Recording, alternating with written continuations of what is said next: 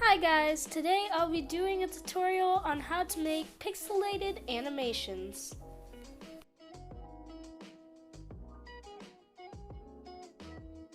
Step 1 is to choose a character that you would like to spend a little time on and animate. I chose this lovely little snowman fellow made by Skull. Go check him out if you can. Next, you want to find a pixelated brush. I use Ibis Paint, and they have like 4 different pixel brushes. My favorite to use is the dot brush, but they also have a couple other ones. Now watch the following seconds of me struggling to make a smiley face. Yes, it is very sad, and I struggled a lot. For what reason, I have no idea, but I did.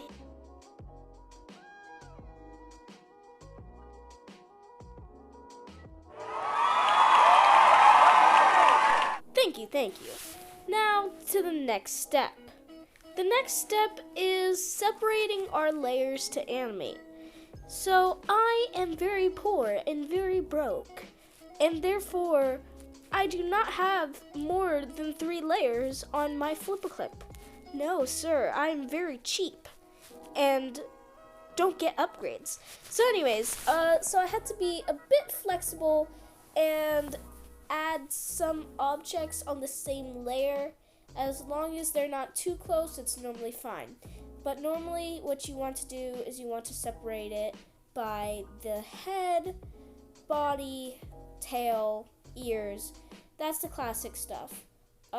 If you add accessories like me and want them to move and animate like me, then you're gonna want to add them to another layer, or just add them to an already existing layer that they can be separated, and you could be able to focus individually on their movement, if that doesn't sound confusing at all.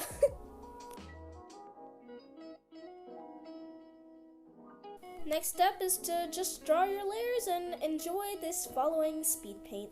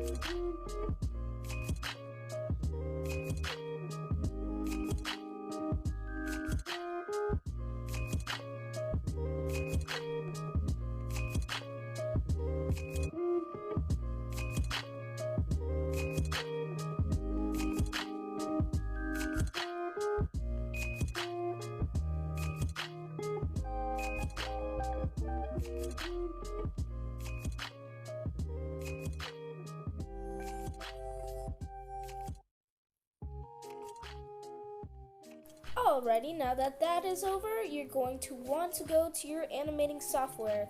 Like I said before, mine is Flip-A-Clip because it's free and I am cheap. And we're gonna ignore the projects in the back now, because that might have been a little bit of foreshadowing that I forgot was there. Anyways, moving on, I'm naming this Snow Baby Pixel.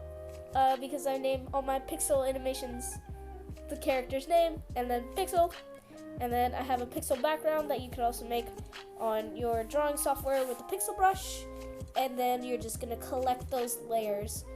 And notice how, to make sure everything's the same size, just like how I made it, I make sure that that box, that pinkish box meets the edges of the square, or just is consistent every time,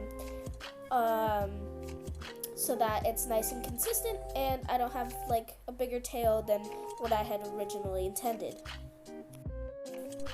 Now you just continue to do your head bobbing or whatever animation you have in mind. All of my pixel animations are pretty simple because, yeah. And also, like I said before, you want to make sure that you're paying attention to when you have items on the same layer that are moving independently, because as you can see, I kind of cut off the scarf, and I had to adjust that, and then I had to make sure that I got the hat on and all that. And also, you're going to see shortly, I will explain the importance of making sure that you look very closely and that your pixels line up. Because if you don't, it will look wonky and you'll see me writing stuff down. Also, I know someone's gonna say it. I just know someone's gonna say it. Yes, I have a mic. Do I choose to use it? No. Does it sound like I'm in a toilet? Yes, it does. Now deal with it. So anyways, this is me just writing the notes and, you know, being all fancy with colors.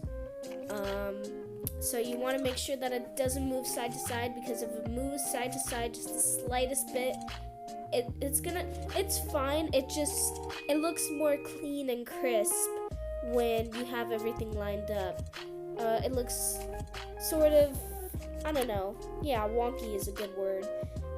When you just have just the slightest amount of movement side to side, and it's wonky.